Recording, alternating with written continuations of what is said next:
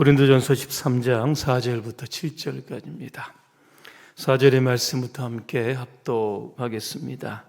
사랑은 오래 참고 사랑은 온유하며 시기하지 아니하며 사랑은 자랑하지 아니하며 교만하지 아니하며 무례히 행하지 아니하며 자기의 유익을 구하지 아니하며 성내지 아니하며 악한 것을 생각하지 아니하며 불의를 기뻐하지 아니하며 진리와 함께 기뻐하고 모든 것을 참으며 모든 것을 믿으며 모든 것을 바라며 모든 것을 견디느니라. 아멘. 할렐루야. 아멘.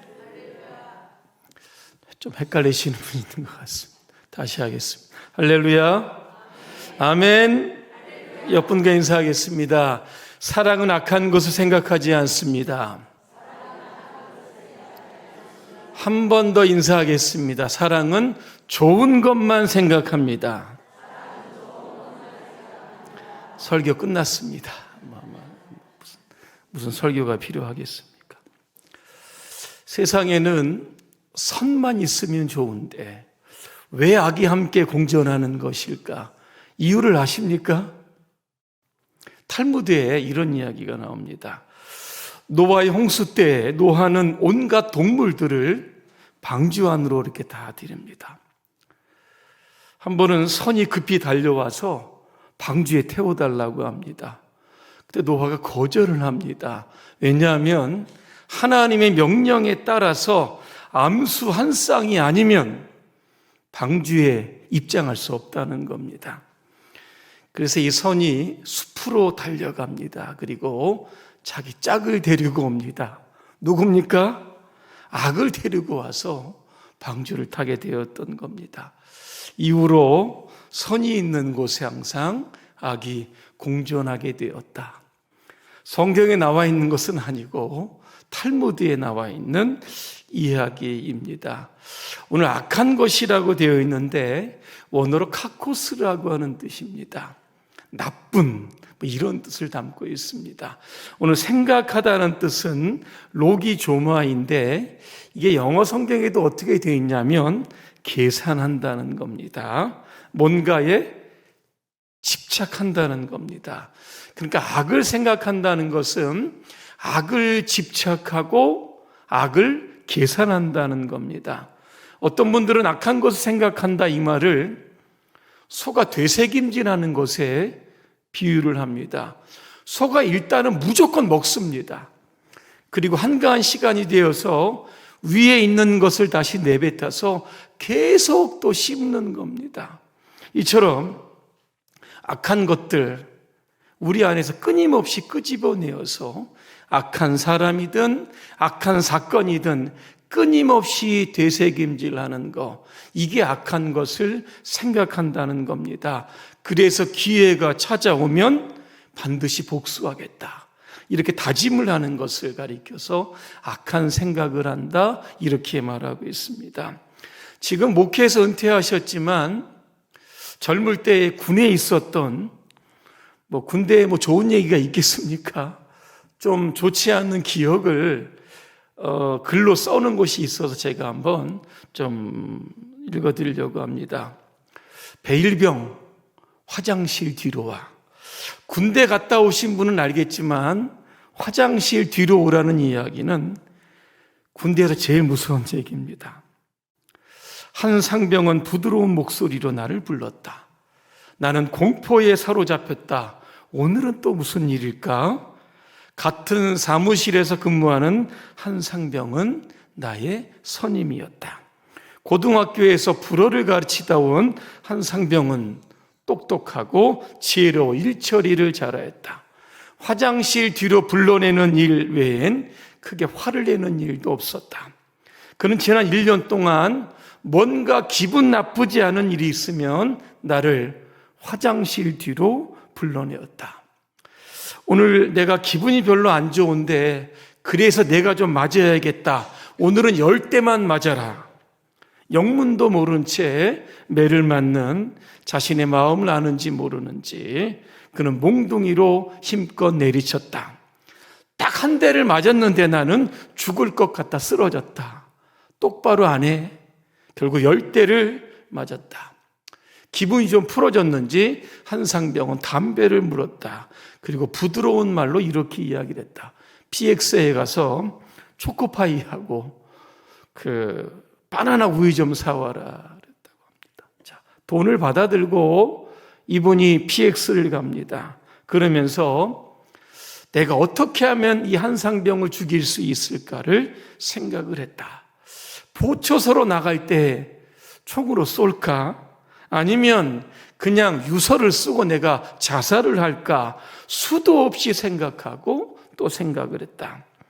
그러나 나는 얼마나 비겁하고 용기가 없는지를 깨닫게 되었다.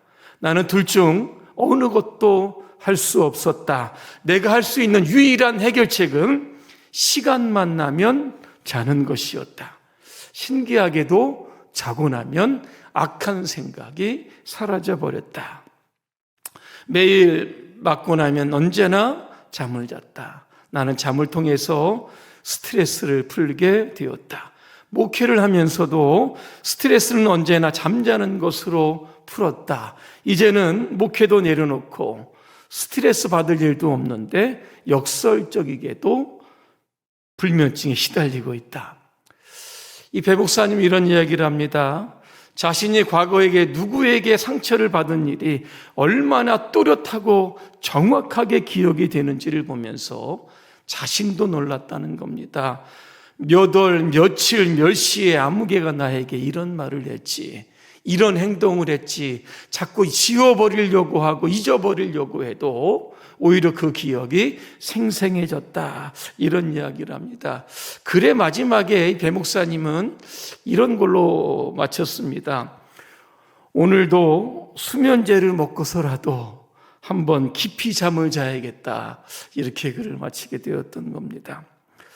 오늘 사랑은 악한 것을 생각하지 않는다고 하는데 이 말의 의미가 무엇인지 오늘 두 가지만 말씀드리려고 합니다. 첫째로, 악한 것을 생각하지 않는다는 것은 내가 과거에 받았던 피해, 상처, 모멸감, 이런 것들을 마음속에 차곡차곡 쌓아두지 않는 것을 의미하는 겁니다.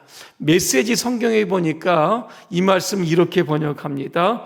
꼬치꼬치 따지지 않는다 그랬습니다.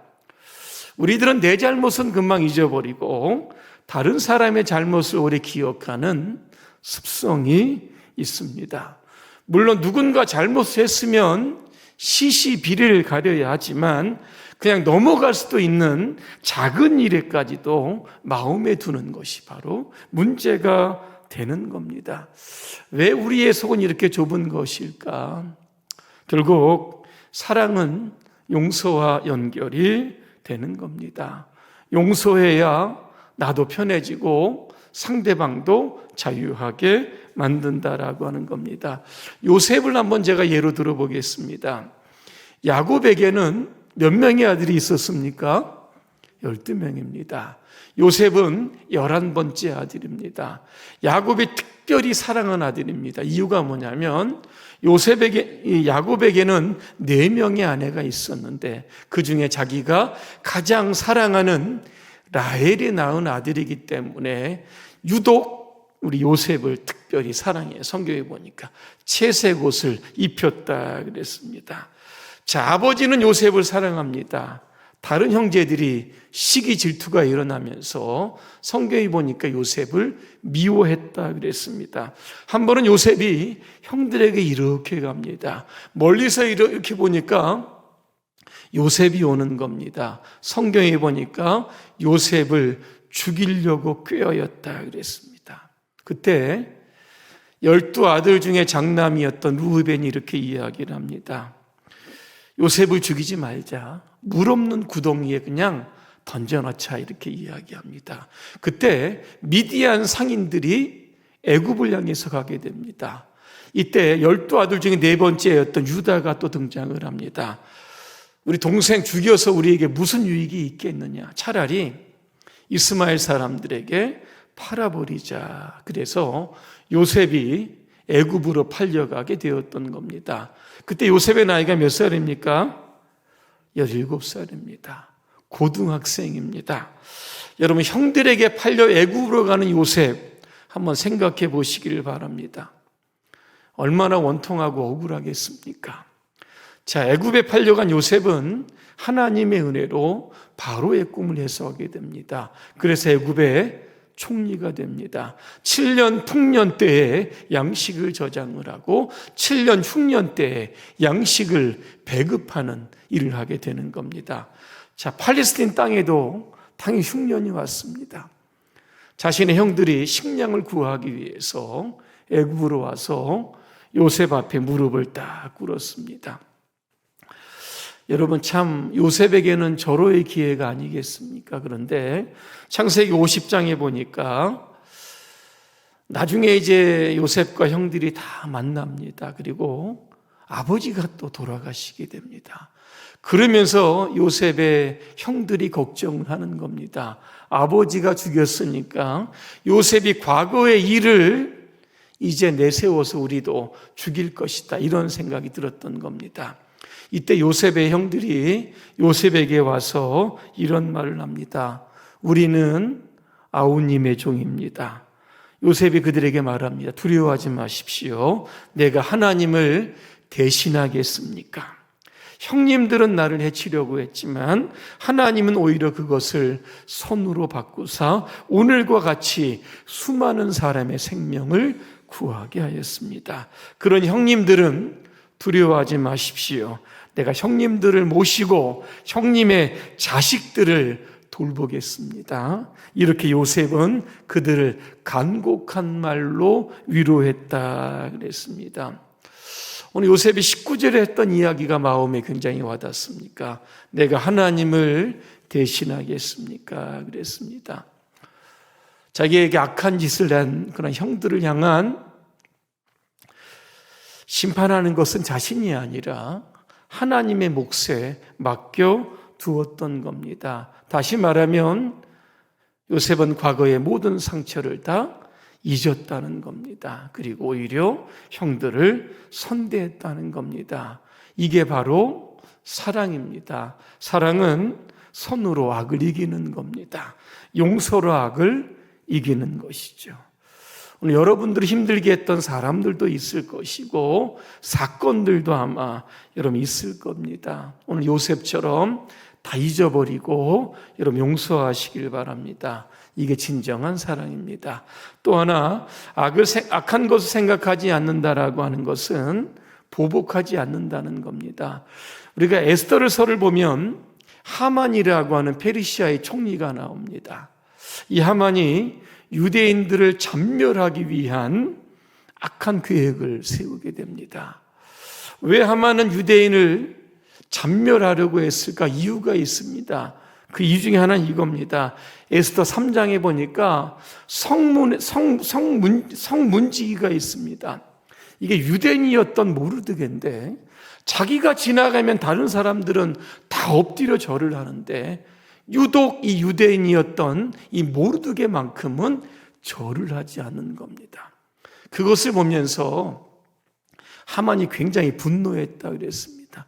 그러면서 개인적인 원한을 푸는데 유대인 전체를 말살하려고 하는 거대한 악으로 발전시키게 되었던 겁니다. 하만이 왕에게 달려갑니다. 어떤 민족이 있는데 우리 페르시아의 법을 따르지 않습니다. 이 민족을 우리나라에서 다 죽여야 합니다. 그러면서 1만 달란트라고 하는 뇌물을 바치게 됩니다.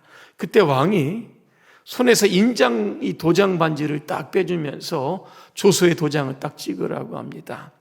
이제 얼마 남지 않았습니다. 페르시아에 있는 유대인들은 이 학살당할 위기에 처해 있었던 겁니다. 그런데 하나님은 하만의 계획을 이루지 못하게 하셨던 겁니다. 하만은 모르드게를 죽이기 위해서 사형대를 만들어 놓았지만 결국 하만이 그곳에 달려 죽게 되었던 겁니다. 하나님께서는 악을 도모하고 악을 실행하고 악을 계획하는 사람들, 그런 사람들 결국 심판하시게 되는 겁니다. 사람들 중에는 유독히 복수심이 많은 사람들이 있습니다. 뒤끝이 있다, 이런 분들이 있습니다. 어디 두고 보자, 내가 반드시 내가 당한 것 그 이상으로 보복하겠다, 그렇게 하시는 분들도 있습니다. 하지만 우리는 예수님께서 하신 말씀을 늘 기억해야 합니다.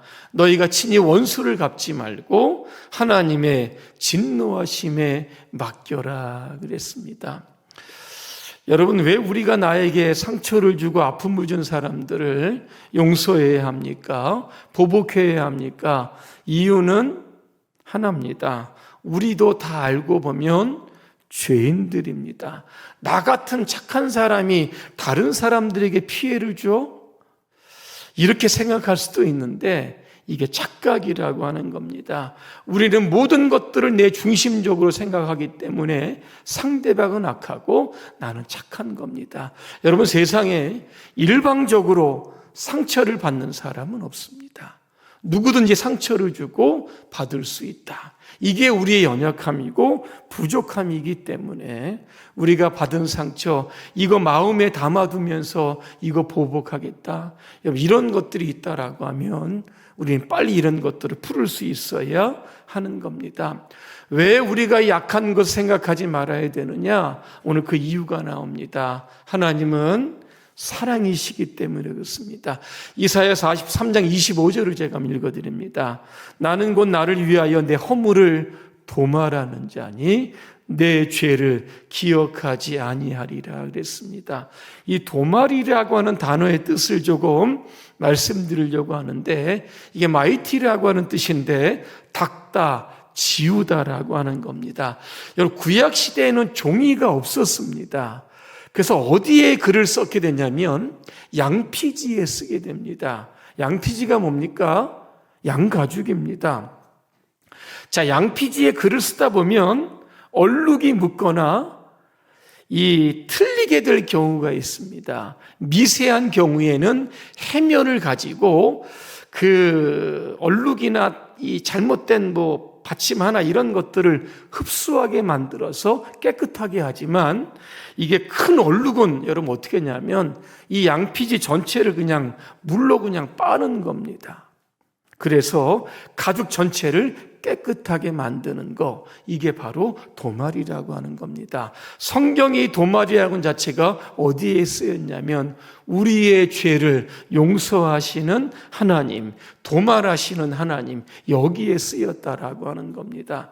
여러분, 우리는 얼마나 지독한 죄인들입니까? 그런데 하나님 우리의 죄를 도말하셨다는 겁니다. 그리고 기억하지도 않으시는데 시편 103편 12절입니다. 동이 서에서 먼 것 같이 우리의 죄가를 우리에게서 멀리 옮기셨다는 겁니다.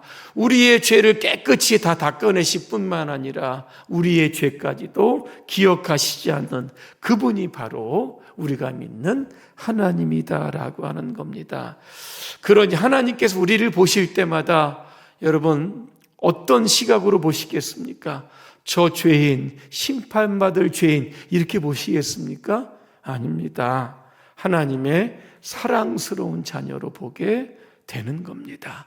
이런 하나님의 사랑을 우리가 조금 품자는 겁니다. 하나님의 마음으로 상대방을 조금 바라보자는 겁니다. 그래서 우리에게 좀 쌓여 있었던 응어리들 이거 다 풀 수 있어야 되고, 아주 오래된 그러한 안 좋은 기억들까지도 우리가 다 좀 지워버릴 수 있는 그러한 은혜가 우리 가운데 여러분 필요한 겁니다. 그래서 오늘 여러분 안 좋은 기억을 우리에게 끼쳤던 사람이 있으면 여러분 다 용서하시고, 여러분 안에 쓴뿌리들이 있다라고 하면 여러분 다 지워지시길 바랍니다. 그래서 주님이 주시는 그러한 기쁨 또 평안함 가운데 일평생 살아가시기를 주님의 이름으로 축복합니다. 기도하겠습니다. 은혜로우신 하나님, 오늘 우리 안에 하나님의 마음, 우리의 죄를 도말하시는 주님의 마음을 갖게 하여 주시옵소서. 주님께서 우리의 죄를 지우셨다고 하면 우리도 지우며 살게 하여 주시옵소서. 사랑의 지우개로 열심히 지우고 안 좋은 기억, 감정 이런 것들을 다 잊어버리게 하셔서 오직 우리 안에 주님의 사랑이 늘 충만한 삶을 살 수 있도록 우리 모두를 축복하옵소서. 예수님의 이름으로 기도합니다. 아멘.